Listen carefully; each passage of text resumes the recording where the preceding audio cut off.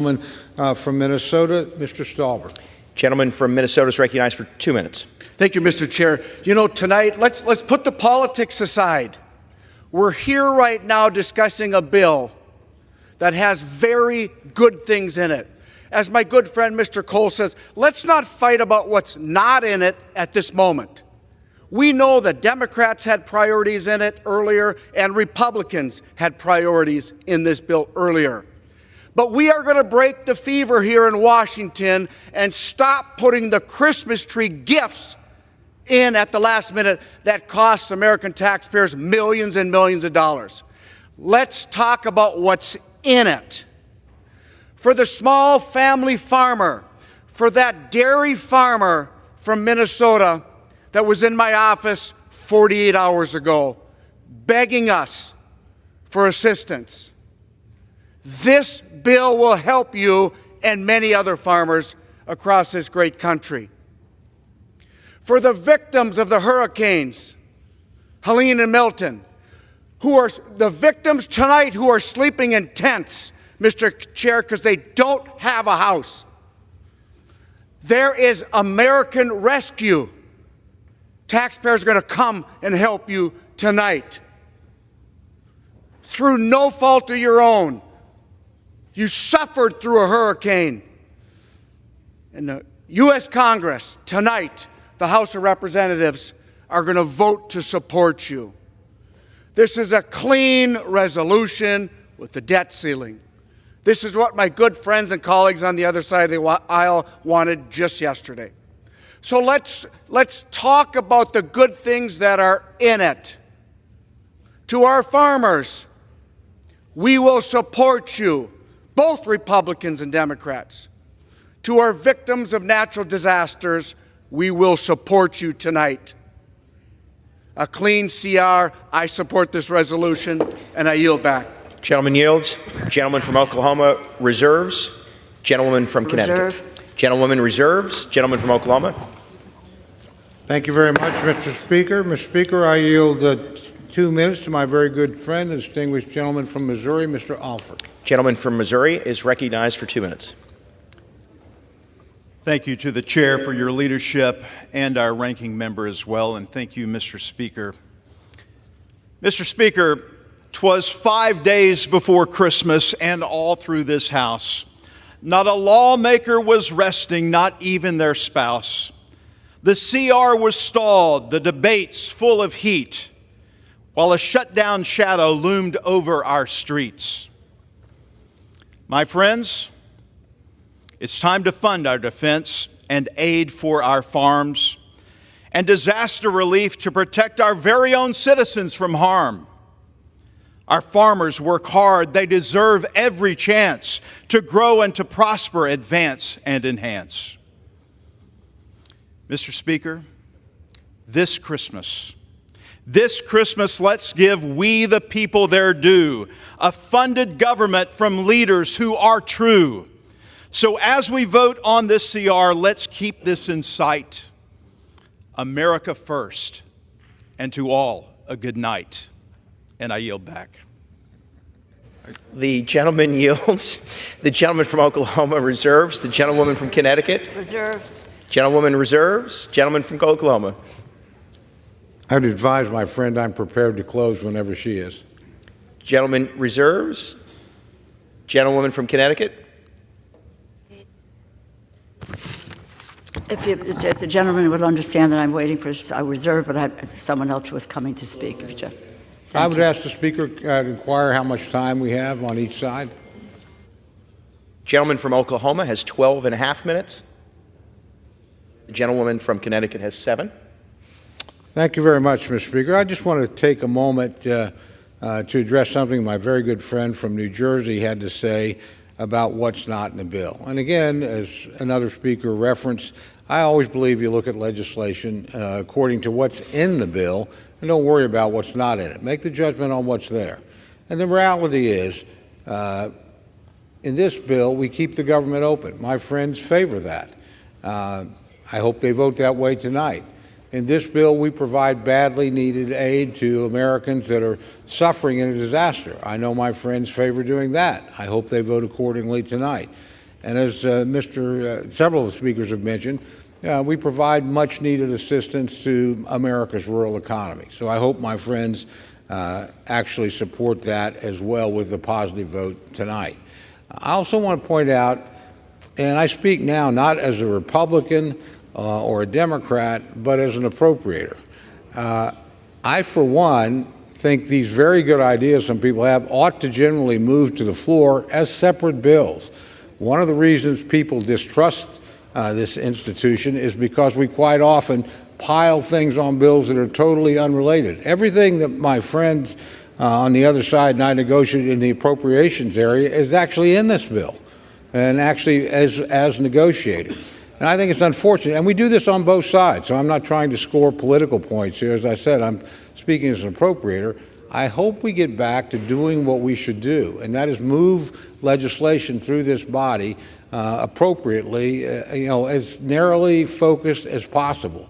And these end of the year or end of the session or just before breaks, massive bills, I don't think serve the American people well. I don't think they serve this institution well. And I know many of my friends on the other side actually agree with that. So let's look at this as an opportunity to step back and actually focus on what our job here is. And we have no more important job than funding the government, helping Americans in disaster, assisting folks over a long-term crisis in rural America, and then closing down our business and going home. These other matters should be dealt with next year, and as has been indicated, they're generally bipartisan nature. They ought to move through on their own. And that's just my thought, my reflection. With that, Mr. Speaker, I reserve the balance of my time. Gentleman reserves. Gentlewoman from Connecticut. Prepared to close. Okay. Gentlewoman is prepared to close. Let me just be done with this stuff here. I'd like to take a moment with the time that I have to highlight that we did come to an agreement and acknowledge there are things in this bill that reflect the bipartisan and bicameral agreement on disaster relief. And I also might add, as the ranking member on appropriations, we came to agreement on moving forward on appropriations bills. And the supplemental, by the way, includes substantial Democratic wins. And since the summer of 2023, we have been pushing Republicans for a comprehensive disaster supplemental. I am pleased that we have an agreement on $100 billion in disaster aid. And that includes $8 billion for emergency highway funds, including paying the full 100% cost to replace the Key Bridge in Maryland. $2.3 billion for disaster loans for small businesses. More than $3 billion for water infrastructure grants from the EPA and $1.5 billion for the Army Corps of Engineers projects. $12 billion for community development block grants to assist with long-term housing, infrastructure, and economic recovery needs, and $21 billion in disaster assistance to farmers, to producers. And this, by the way, is separate from the agreement on an additional $10 billion for farm aid. I might add that at the outset of the negotiations, I think it's important to know that there were those on the other side of the aisle who wanted to really cut the disaster effort, even to have to provide offsets for the disaster. That was very real. Democrats held the line and said no, that we would get $100 billion for disaster aid because of how critically important it is. Unfortunately, and I might add, there was agreement, as well as what Democrats talked about on disaster relief. There was also agreement on pediatric cancer and rare disease research, community health centers, teaching health centers, prescription drug reform, pediatric therapies, This was all agreed to. It wasn't that we were saying we don't want disaster, you don't want these. We came to a conclusion that these were all of the pieces that were needed to move forward. I also might add, because I am very concerned about our supply chain and what happens with regard to what we transmit and provide for the Communist Party, for China. And while I support all of the disaster pieces, and I supported all the health pieces, it is maddening that the Republicans walked away from that bipartisan priority, the outbound investment to ensure American dollars and intellectual property are reinvested in America's businesses and workers, instead of fueling the Chinese Communist Party's technology and their capabilities. And that, again, which can be documented, is something that is critically important, that it not be there to Elon Musk because of all of his efforts and contracts that he has and the work that he has in China. That should not enter into how we craft a bill that serves the American people and American workers. It is unfortunate the way that this process has worked out. You know, we want to, and we really need to rely on each other. We need to rely on each other to keep our word. That when we have an agreement, that we keep that agreement. I said this as well yesterday. I think all of us know here in the Congress that the only thing that we have is our credibility and our word. That is what allows us to move forward, to trust one another, to move forward on legislation that helps and serves the American people. I yield back. Gentlewoman yields. Gentleman from Oklahoma is recognized. Thank you very much, Mr. Speaker. I yield myself the balance of my time. Gentleman's recognized. Thank you, Mr. Speaker. I want to begin and reiterate a point that I made earlier. And I know my good friend from Connecticut and I may disagree tonight on this particular incident, but I think as a broad principle, we probably do agree that it's much better, honestly, as an appropriator, when we are not carrying everybody else's weight. You know, sometimes the mule finally breaks down. And I would just tell my friends, working in good faith, and particularly in bipartisan bills like we had in WIOA reauthorization and some of the health issues that were mentioned earlier, please bring your bills to the floor under your own time. Don't try to catch a ride with us right at the end. People hate that. Our own members don't get a chance to read the bills in some cases. The public doesn't get a chance to have a full debate on the issue. It's simply not good governance. And I would actually argue that this legislation is focused and easy to understand and easy to read. The parts that are important to it are really only about 130 pages.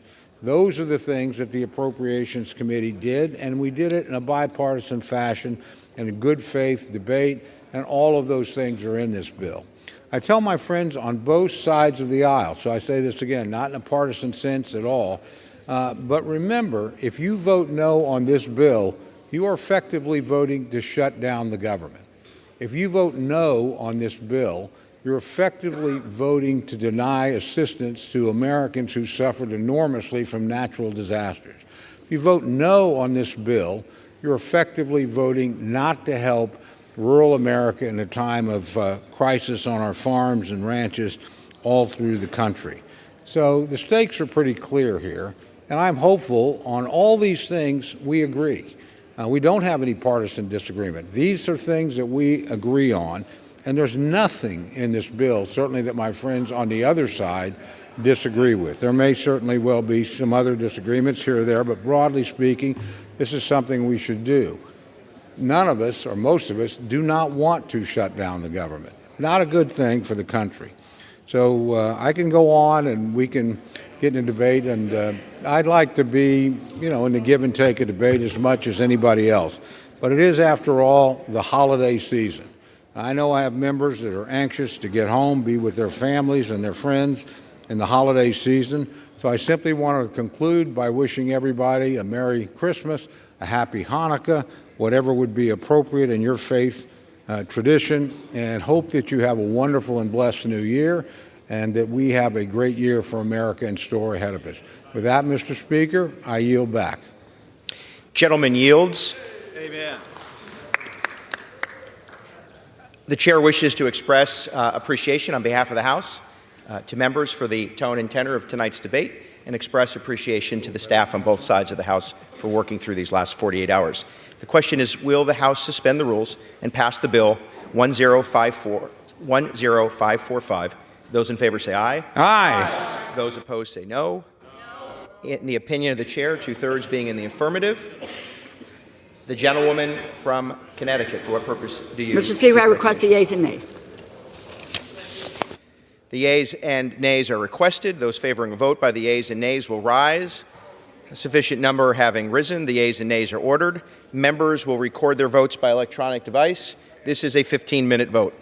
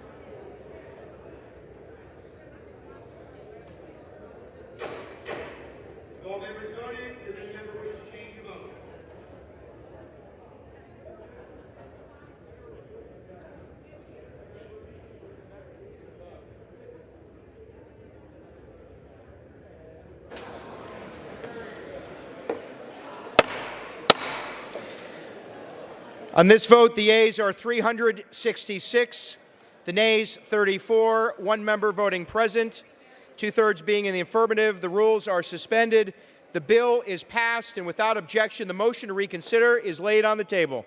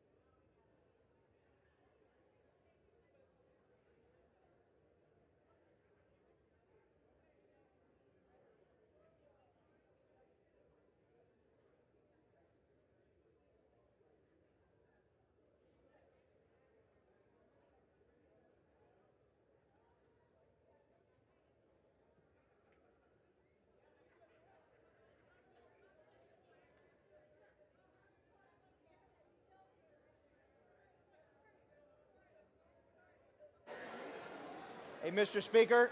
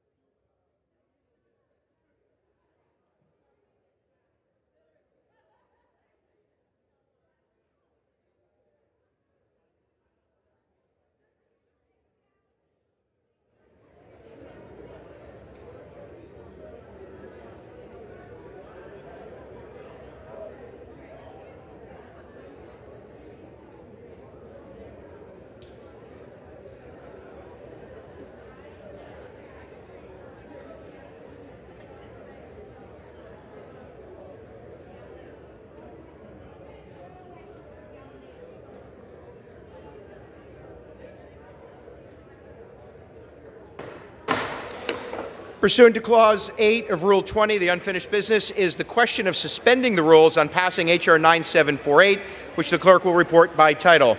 H.R. 9748, a bill to require the Undersecretary of the Science and Technology Directorate of the Department of Homeland Security to develop a department-wide policy and process to safeguard research and development from unauthorized access to or disclosure of sensitive information in research and development acquisitions and for other purposes. The question is, will the House suspend the rules and pass the bill? So many as are in favor say aye. Those opposed, no. In the opinion of the chair, two-thirds being in the affirmative, the rules are suspended. The bill is passed, and without objection, the motion to reconsider is laid on the table. Pursuant to Clause 8 of Rule 20, the unfinished business is the question on suspending the rules and passing H.R. 8662, which the clerk will report by title. Union Calendar Number 533, H.R. 8662. A bill to reduce commuting burdens on Transportation Security Administration employees and for other purposes. Question is, will the House suspend the rules and pass the bill? Those in favor say aye. Those opposed, no. In the opinion of the chair, two-thirds being in the affirmative, the rules are suspended. The bill is passed, and without objection, the motion to reconsider is laid on the table. The chair lays before the House a communication. The Speaker's Rooms, Washington, D.C., December 20th, 2024. I hereby designate the period from Friday, December 20th, 2024, through the remainder of the 118th Congress as a district work period under Section 3Z of House Resolution 5. Signed sincerely, Mike Johnson, Speaker of the House of Representatives.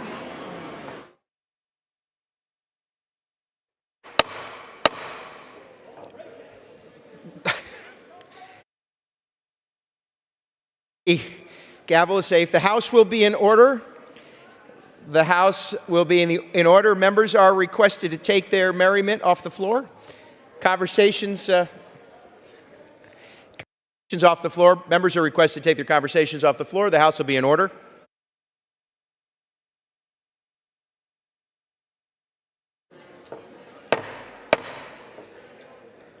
The House will be in order. The chair will now entertain requests for 1-minute speeches. For what purpose does the gentleman from Pennsylvania seek recognition? Mr. Speaker, request unanimous consent to address the House for 1 minute and revise and extend my remarks. Without objection, the gentleman from Pennsylvania is recognized for 1 minute. Mr. Speaker, the House is still not in order. Fair enough. Gentleman will suspend. The House will come to order. Members are requested to take their conversations off the floor. The gentleman from Pennsylvania is recognized for 1 minute. Thank you, Mr. Speaker. I rise today to recognize the outstanding achievement of Warren County native Mitchell Angove. Mitchell was recently named to Forbes 30 Under 30 list. This list is produced annually by Forbes magazine and recognizes notable individuals under the age of 30 nationwide. A native Pennsylvanian, Mitchell attended the Eisenhower High School in Russell, Pennsylvania. He graduated in 2018 and earned his bachelor's and master's degree throughout the following years. Today, Mitchell is the co-founder and CEO of Phoenix Biotechnologies. His company is helping transform the agriculture industry by analyzing animal genomes to predict traits such as size, milk production, and other key health factors. As the chairman of the House Agricultural Committee, I've seen firsthand the issues currently affecting our American farmers. And I'm proud to see motivated individuals such as Mitchell continue to pursue advancements that could help farmers nationwide. With that, Mr. Speaker, I yield back the balance of my time. Gentleman yields. For what purpose does the gentlewoman from Hawaii seek recognition? I ask unanimous consent to address the House for 1 minute and to revise and extend my remarks. Without objection, the gentlewoman is recognized for 1 minute. Thank you, Mr. Speaker. This is my 30th Maui Minute, and after months of delay, 3 successive requests from President Biden, and unnecessary anxiety from millions of Americans, courtesy of the richest man in the world, Congress will now finally send much-needed disaster recovery funding across the country. For over a year, I've led bipartisan efforts pushing to deliver this aid to Maui. We've delivered speeches in this chamber, we've sent letters to leadership, introduced amendments that were blocked. Finally, we got this done. This disaster recovery package will provide a much-needed boost to meeting our people's needs. The package will send over $2.1 billion in federal disaster relief to Hawaii, including about $1.6 billion in the Community Development Block Grant Disaster Recovery Fund, or CDBG-DR, $350 million to rebuild drinking water and wastewater infrastructure, and $72 million to rebuild roads and bridges. It will replenish the Small Business Administration's disaster loans program so homeowners and small businesses can continue to recover. For my Maui constituents still recovering from the deadly fires, it has been far too long a wait, but I know our work will not stop here. We will use these dollars to rebuild housing and infrastructure, restore our Aina, and bring our Maui ohana home. Thank you, Mr. Speaker, and I yield back. Mahalo. Gentlewoman yields. You're welcome. Gentlewoman, for what purpose does the gentlewoman from Michigan seek recognition? To revise and extend my remarks as needed, I seek to address the House for 1 minute. The gentlewoman is recognized for 1 minute. Thank you, Mr. Speaker. I rise in the concluding salvo of this Congress to thank the 118th session for allowing me to advocate for the incredible constituents and communities that comprise my district. From our robust manufacturing economy to our amazing public schools to the hardworking tradespeople building homes and new factories. Most of all, I would like to recognize my team, the staff here in Washington, D.C. and in Farmington Hills, who are sleeves rolled up, helping people each and every day. We've authored over 31 unique bills, 2 that have become signed into law, and 6 that passed this very chamber. So here's to the 118th session and more to come. Thank you, and I yield back. Gentlewoman yields. For what purpose does the gentleman from Texas seek recognition? To address the House for 1 minute to revise and extend my remarks. Gentleman is recognized for 1 minute.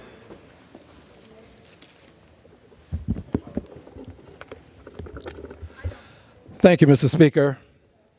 And still I rise, Mr. Speaker, very honored and very proud to stand here